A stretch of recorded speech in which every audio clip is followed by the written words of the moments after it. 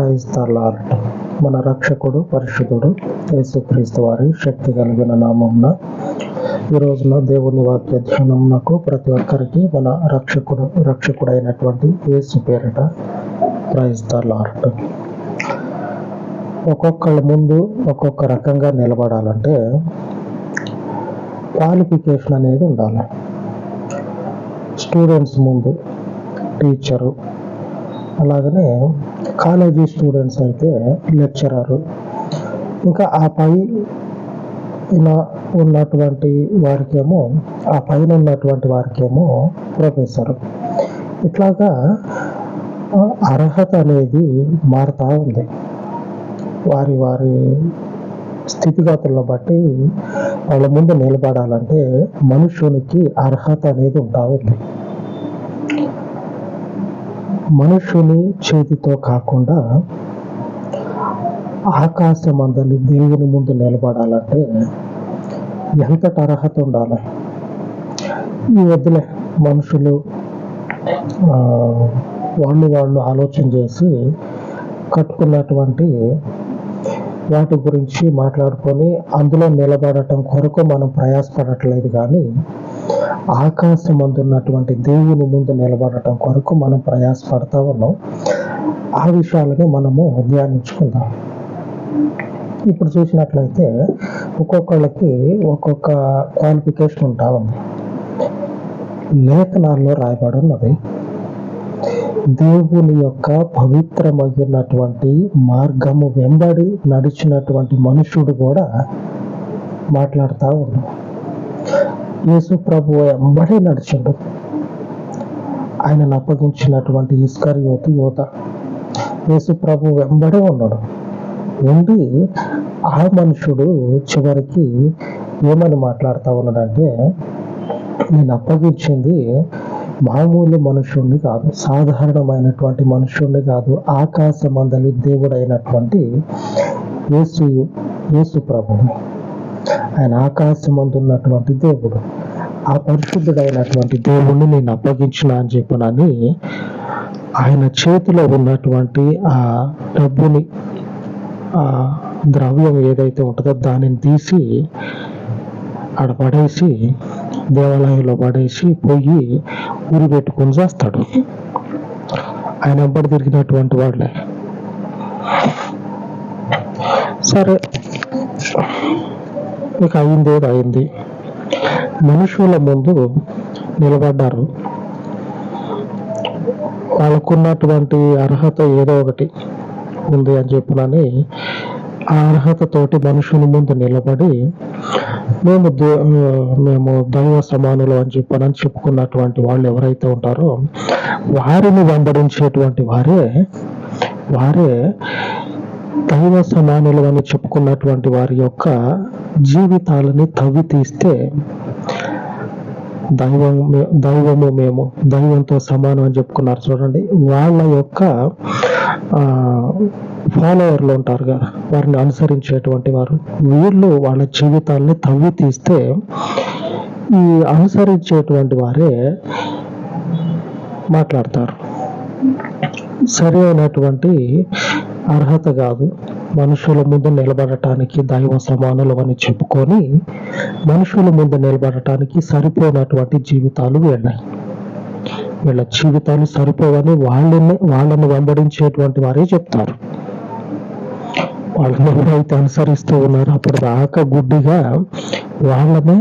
వాళ్ళే చెప్తారు, వీళ్ళు దైవ సమానులు కాదు, వీళ్ళ యొక్క జీవితం అంతా కూడా ఇట్లాగ నిలబడటానికి సరిపోదు అని. మనుషులమై ఉన్నటువంటి మనకే అర్హత ప్రమాణాలు ఉంటా ఉన్నాయి. మనుషుల ముందు నిలబడటం కొరకు టీచరు, లెక్చరరు, ప్రొఫెసరు ఇక్కడి వరకు వారి యొక్క అర్హతలనే మారిపోతా ఉన్నాయి అర్హతలు అనేవి. మనకి దేవుడు ఆకాశమందున్నటువంటి ఆయన ముందు నిలబడటం కొరకు ఒక అర్హతనిచ్చిండు. ఈరోజు దేవుని వాగ్దానం ఏమిటంటే, యెషయా గ్రంథము, ఈరోజు మన దేవుని వాక్య ధ్యానము యెషయా గ్రంథము 50 అధ్యాయము 8వ వచనం. నన్ను నీతిమంతునిగా ఎంచువాడు ఆసన్నుడై ఉన్నాడు. మనలని మనం ఇందాక చెప్పుకున్నట్లు ఈ మానవ హస్తాలతో నిర్మించబడినటువంటి ఇళ్లల్లో, దేవాలయాల్లో, గుడుల్లో కాక ఆకాశమందని దేవుని ముందు నిలబడటం కొరకు ఆయన ఆసీనుడై ఉన్నాడు. మన ముందు ఆసీనుడిగా ఉన్నాడు. మనలని నీతిమంతులుగా మార్చటం కొరకు అందరి ముందు నిలబడ్డట్లు ఏదో ఒకటి చెప్పుకొని, ఏదో ఒకటి అంటించుకొని అందరి ముందు నిలబడ్డట్లుగా ఆయన ముందు నిలబడాలంటే ఈ అర్హత ఉండాలి. ఏ అర్హత? ఆకాశమందలి దేవుడు నిర్ణయించినటువంటి నీతిమంతుడైనటువంటి వాని యొక్క రక్తాన్ని మనము కలిగి ఉండాలి. నీతిమంతుడైన వాని రక్తమును మనము కలిగి ఉన్నట్లయితే ఆకాశమందలి దేవుని ముందు నిలబడటానికి శక్తిని కలిగి ఉంటాం.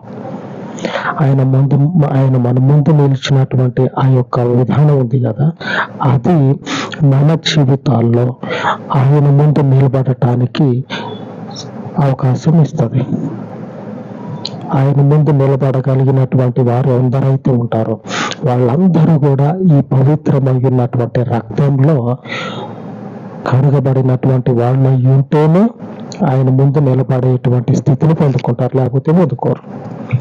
మాకు తెలిసి ఈయన మా చుట్టం అని చెప్పనని ఇట్లాగ పోతానంటే అక్కడికి పోయేటువంటి పరిస్థితులు ఏమాత్రము కూడా అనుకూలముగా ఉండకపోగా వ్యతిరేకంగా మారుతాయి.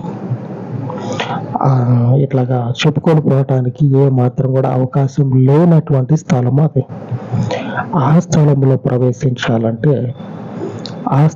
ప్రవేశించాలంటే ఆయన వెంబడి ఎవరైతే తిరిగారో, ఆయన వెంబడి ఎవరైతే ఆయనను అంటి పెట్టుకొని ఉన్నారో ఆ మనుష్యుడే మనకి చెప్తా ఉన్నాడు. నేను కాదు, యేసు ప్రభు వారి వెంబడి తిరిగినటువంటి మనుషుడు మనకు చెప్తా ఉన్నాడు. ఆయన ఎటువంటి వాడు, ఆయన గుణగణాలేంది, ఆయన యొక్క జీవిత విధానం ఏంది, ఆయన పుట్టుక ఏంది, ఆయన ఎక్కడి నుంచి వచ్చిండు, అసలు ఆయన యొక్క జీవితానికి అర్థమైంది ఆయన చెప్తా ఉన్నాడు. ఆయన వెంబడి తిరిగినటువంటి ఇస్కరియోతు యూదా. మత్తయి సువార్త 27వ అధ్యాయము 4వ వచనం. నేను నిరపరాధ రక్తమును అప్పగించి పాపము చేసినని చెప్పాను. వారు దానితో మాకేమి, నువ్వే చూచుకొనుమని చెప్పగా 4వ వచనంలో మాట్లాడుతున్నటువంటి ఆయన ఇస్కరియోతు యూదా. ఈ యూదా అక్కడ ఉన్నటువంటి సైనికులు ఉంటారు కదా, సైనికులతో మాట్లాడుతూ ఉన్నటువంటి మాట ఇదంతా. యూదా పోయి అక్కడ ఉన్నటువంటి సైనికులకి అప్పటికే యేసు ప్రభువును అప్పజెప్పి ఉన్నాడు. అప్పజెప్పినందుకు ప్రతిఫలంగా సైనికులు ఏం చేస్తారంటే ఈ ఇస్కరియోతు యూదాకి కొన్ని డబ్బులు ఇస్తారు. ఆ డబ్బులు సంచి తీసుకొని పోయి ఆ సైనికులతో మాట్లాడుతాడు. ఏమనంటే, నేను నీతిమంతుని రక్తాన్ని అప్పగించా, అంటే నీతిమంతుడిని నేను అప్పగించా, ఈ డబ్బులు నాకు వద్దని చెప్పునని సైనికులకు చెప్తారు. వాళ్ళు చేసేటువంటి దరిద్రమైన పనిలో కూడా న్యాయంగా ఉన్నారు. దేవునికి స్తోత్రం. వాళ్ళు చేసింది దరిద్రమైన పని, ఆ పనిలో కూడా న్యాయంగా ఉన్నారు. న్యాయంగా ఉండాల్సినటువంటి దగ్గర న్యాయంగా లేకుండా అన్యాయంగా ఉన్నారు. అందుకే జీవితం ఏమైపోయిందంటే తల్లకిందులైపోయి నడుమికి బద్దలయ్యి కడుపులో నుంచి పేగులు బయటకు వచ్చి ఆ యూదా అనేటువంటి వాడు ఉరి పెట్టుకొని చేస్తే ఆ గతి పడుతుంది. నడుమికి బద్దలయ్యి కడుపులో పేగులు బయటకు వస్తాయంట. అట్లాగా ఆ ఇస్కరియోతు యూదా జీవితం ముగించబడుతుంది.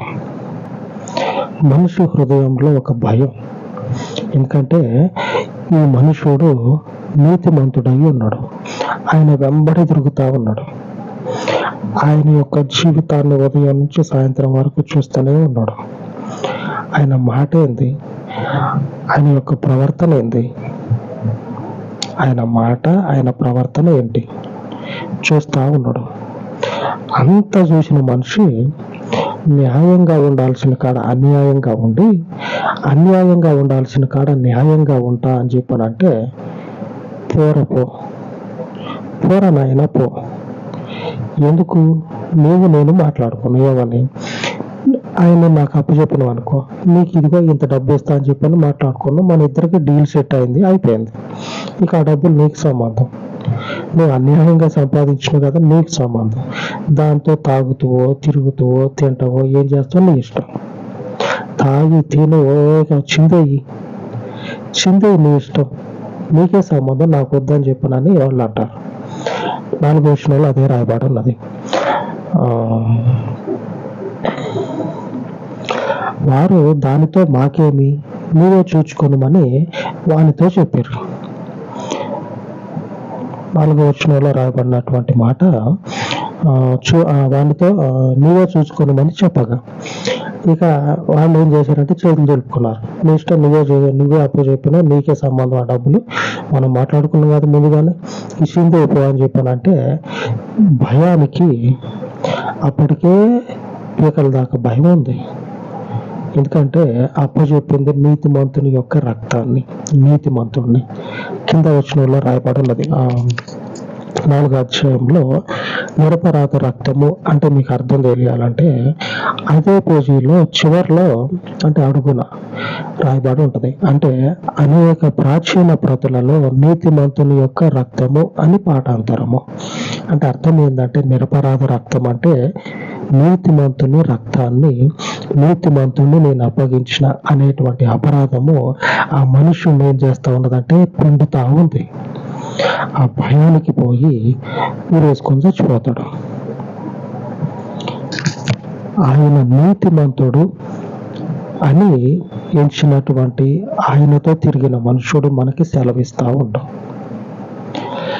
ఈ రోజున నీతిమంతులు అనేటువంటి వారు ఎవరైతే ఉన్నారో వారి జీవితాలను తవ్వి తీస్తే మనం భూతార్థం పెట్టి చూసినా సరే ఆ మాట వారి జీవితంలో కనపడదు. అటువంటి వారిని అనుసరించేటువంటి వారు ఎంతో మంది ఉన్నారు.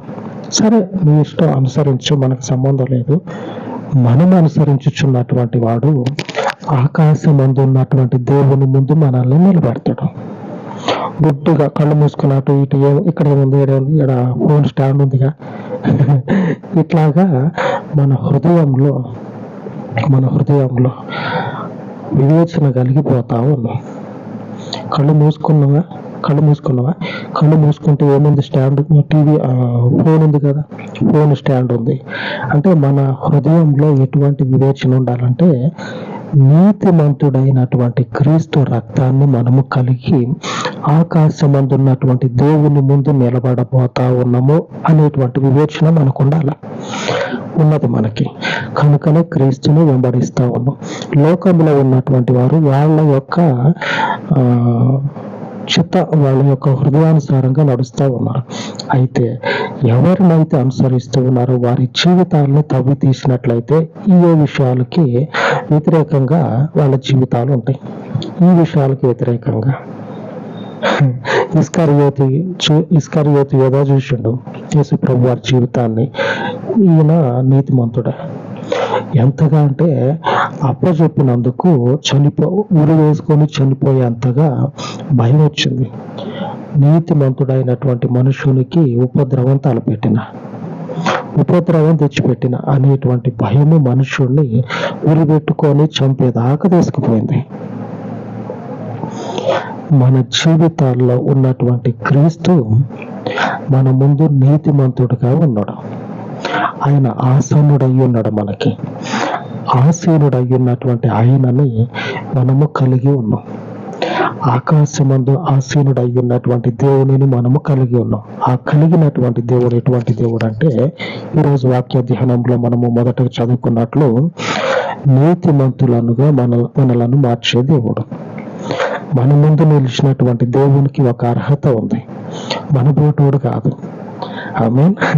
మనలాంటి మనుషుడు కాదు, మనలాంటి జీవితం ఆయనకి లేదు. ఆకాశమందున్నటువంటి ఆయన పవిత్రమైనటువంటి వాక్యం ఏం చేస్తా ఉన్నదంటే లోకాన్ని తల్లకిందులు చేస్తా ఉంది. అయిపోయింది కదా, ఇప్పుడు లోకం తల్లకిందులు అయిపోయింది కదా. లోకము ఈ రోజున తల్లకిందులు అయిపోయింది కదా. క్రీస్తు అనేటువంటి మనుషుని ద్వారా రెండుగా చీలిపోయింది. ఆయనకి ముందు, ఆయనకు తర్వాత. ఆమేన్. ఆకాశమందున్న దేవుడు ఏం చేస్తాడంటే లోకాన్ని తల్లకిందులు చేస్తాడు. అంతటి శక్తిమంతుడు. ఆ శక్తిమంతుడిని మనము కలిగి ఉన్నాం. ఆ కలిగినటువంటి జీవితాలు ఎన్నైతే ఉన్నాయో, క్రీస్తుని కలిగినటువంటి వారు ఎందరైతే ఉన్నారో వారందరూ కూడా ఆయన ముందు నిలబడేటట్లుగా మన జీవితాలను మరొక్కసారి దేవుని వాక్యపు వెలుగులో నిలుపుకుందాం. అలాగా ప్రార్థించుకుందాం. కృప కలిగిన తండ్రి, మీ పవిత్రమగిన పరలోకపు నామం నాకు మనవి చేసుకొని చూడగా, నీతిమంతుడు అగినటువంటి నీవు మా జీవితాలను పలకరించి మా ప్రాణాత్మ దేహములను మీ శ్రేష్టమగినటువంటి పరలోకపు నీతి చేత అభిషేకించుటకు ఇమ్మానుయేలు దేవుడవుగా దిగి వచ్చిన పరిశుద్ధాత్ముడా, నీవు మా ముందు నిలుచుటకు సరి అయినటువంటి అర్హతను కలిగినటువంటి ఆకాశమందున్న దేవుడవు. ఇప్పుడున్నటువంటి లోకంలో నీకు సాటి అయినది, సమమైనది మరేదీ లేదు. నీవు మాత్రమే దేవాది దేవుడవు. మనుష్యుడిని నీతిమంతునిగా మార్చి ఆకాశమందున్నటువంటి నీ మహిమ కలిగిన సింహాసనం ముందు నిలపగలిగిన దేవుడవు. కనుకనే తండ్రి, ఈ శ్రేష్టమైనటువంటి వాక్యమును కలిగి జీవితమును కలిగిన వారందరినీ కూడా దర్శించి మీ పరలోకపు చిత్తము చేత నింపమని, మీ పరలోకపు నీతి చేత అభిషేకించమని మాకు నీతిమంతుడైనటువంటి యేసుక్రీస్తు మహిమ కలిగిన నామమున ప్రార్థించి వేడుకొని చూనాను తండ్రి. ఆమేన్, ఆమేన్. పునరుద్ధానుడై ఉన్న దేవుని కృప మనకు తోడయుండును గాక. ఆమేన్, ఆమేన్.